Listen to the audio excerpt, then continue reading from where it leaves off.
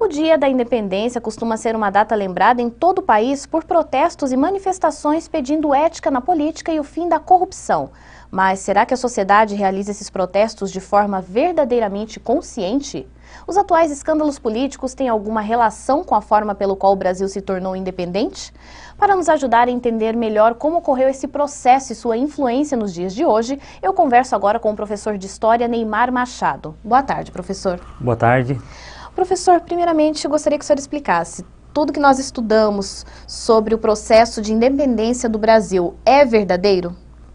Olha, em história, a pergunta pelo que é verdadeiro e pelo que é falso, ela tem sido bastante abandonada ultimamente, tendo em vista que a história é uma operação que nós fazemos sempre no presente. Nesse momento, nós perguntamos, por exemplo, sobre o 7 de setembro e consideramos, por exemplo, que essa data sempre teve o mesmo papel, a mesma importância que tem hoje. Nós temos de considerar que nem sempre foi assim. Embora, na atualidade, o 7 de setembro seja uma das datas mais celebradas e mais importantes, essa data, no momento, lá em 1822, ela não teve grande repercussão. A repercussão do 7 de setembro como a data da independência, ela ganhou destaque na sociedade brasileira somente por volta de 1860.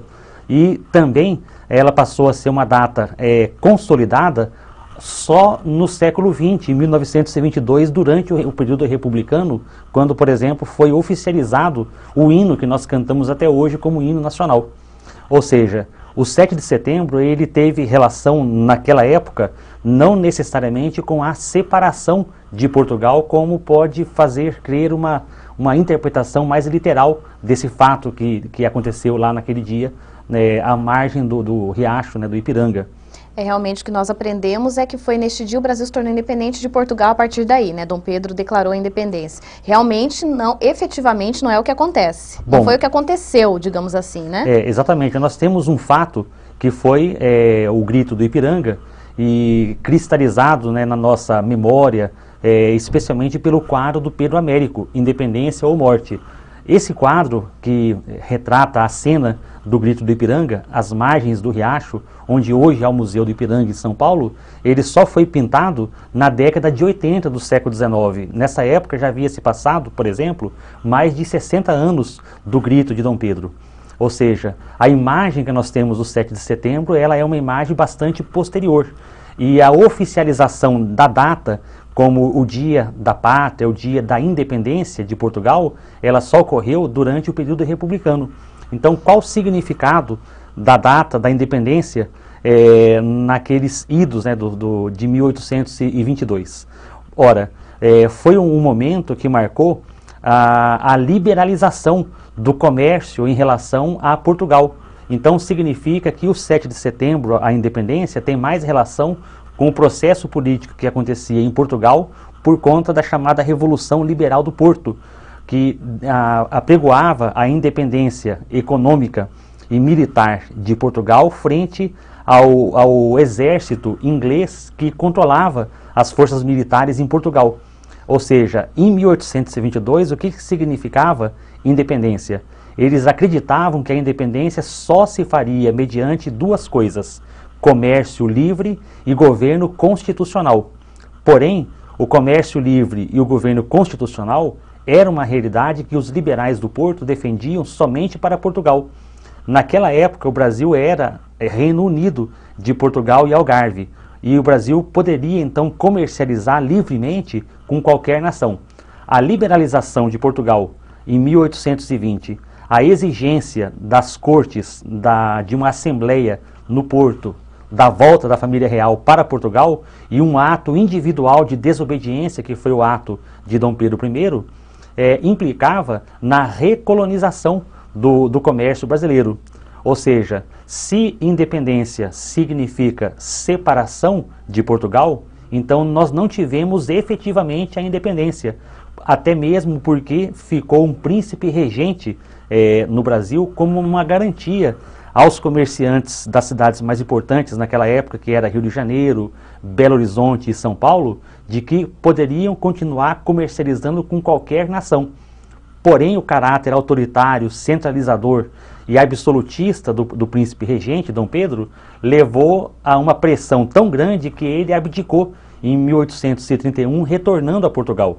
Quer dizer, então, que essa liberalização, essa autonomia, que é um sinônimo de independência, ela só foi obtida ao longo de algumas décadas no Brasil, após o 7 de setembro de 1822.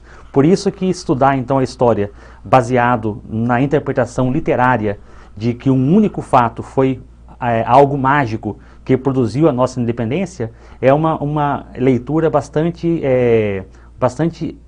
positivista, bastante ultrapassada, eu diria assim.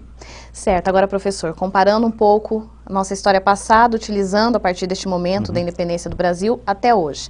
Corrupção é um problema muito grave no nosso país, né? E é muito apontado. Enfim, durante o 7 de setembro, principalmente, acontecem os manifestos, gritos dos excluídos. Hoje mesmo houve o movimento aqui, Basta a Corrupção, que é um movimento nacional. O senhor acredita que a corrupção é um problema atual ou ela tem raízes no passado, desde dessa época, quando o Brasil ainda era dependente de Portugal, digamos assim? Bom, a própria Revolução Liberal do Porto, a qual eu me referia, ela significou uma influência em Portugal de um movimento que já havia ocorrido algumas décadas antes na França, a própria Revolução Francesa. Entre as causas da Revolução Francesa, eu citaria a administração perdulária e a privatização de funções que eram exclusivas do Estado a particulares que compravam os seus cargos. Quando um particular, um nobre, comprava um cargo do Estado no antigo regime, antes da Revolução Francesa, ele tendia a apropriar-se particularmente de uma renda, de um recurso, de um imposto que era destinado ao Estado como forma de compensar aquele cargo que ele havia comprado. Ou seja, a corrupção ela é uma das causas das revoluções liberais que aconteceram no século XVIII na França, no século XIX em Portugal e no Brasil com o processo de independência. Quer dizer que a classe dos comerciantes que não aguentava mais pagar pesados impostos e cujo destino desse dinheiro não era necessariamente o Estado, mas os bolsos de alguns funcionários que representavam o Estado e privatizavam a arrecadação, foi exatamente essa a causa, uma das causas que nós podemos atribuir ao processo de independência. Então, se nós temos hoje um movimento contra a corrupção que usa a data comemorativa do 7 de setembro, significa que aquela independência, a autonomia que era desejada em 1822, ainda não se concretizou. Se nós tivemos no dia 7 de setembro o princípio, um marco simbólico da descolonização política administrativa frente a Portugal, o rompimento das amarras coloniais, entre elas a mais terrível de todas, a corrupção, ainda segue como uma tarefa a ser feita, de modo que precisamos ainda decolonizar-se, ou seja, abandonar as amarras do antigo regime. Exatamente nesse ponto que eu ia entrar. Professor, nós estamos às vésperas de uma eleição municipal, né? Comparando o período que nós já tivemos monarquia, nós já tivemos o período aqui no Brasil da ditadura militar, hoje o Brasil é um país livre, o senhor acredita que a população é livre realmente, é independente para votar ou ela ainda não tem consciência disso? Bom, na qualidade assim, de profissional da área da história, tem duas palavras fundamentais que você mencionou na sua pergunta. Uma delas é a autonomia. Então, independência, no vocabulário político, dos cientistas políticos, significa exatamente a autonomia. O 7 de setembro é uma data que simboliza a autonomia, a construção de um Estado livre.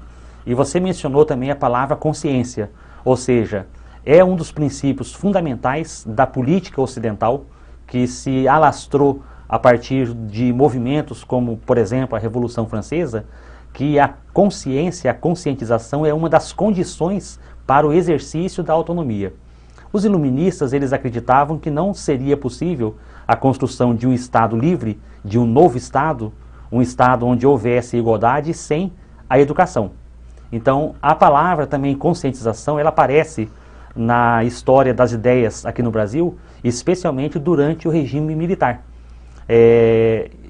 a partir de pensadores, intelectuais, como Álvaro Vieira Pinto, que refletiu muito sobre esse termo conscientização.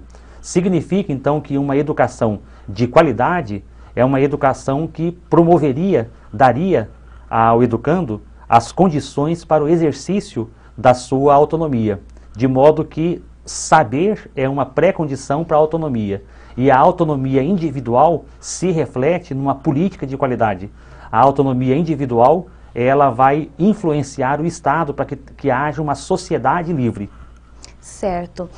Eu acabei de conversar com o professor de História Neymar Machado, que nos esclareceu detalhes sobre o processo de independência do Brasil, comemorado hoje, 7 de setembro. Professor, muito obrigada pela sua entrevista. Obrigado pelo convite.